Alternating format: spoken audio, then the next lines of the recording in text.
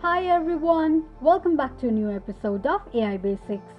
Today in this video, I'm going to show you how you can contact Wordtune by email. Keep watching the video till the end.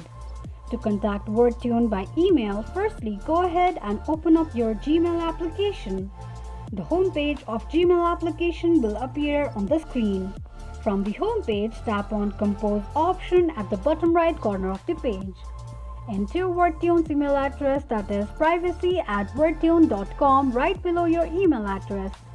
Enter your subject, type in your email that you'd like to send to Wordtune and click on arrow icon at the top right side of the page to send an email.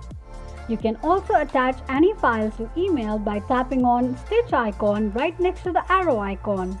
This is how you can contact Wordtune by email quickly and easily, just in few steps.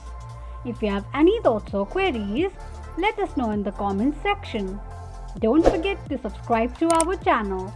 Also press the notification bell icon so that YouTube will notify you whenever we post a new video. I hope this video was helpful to you. Thank you so much for watching.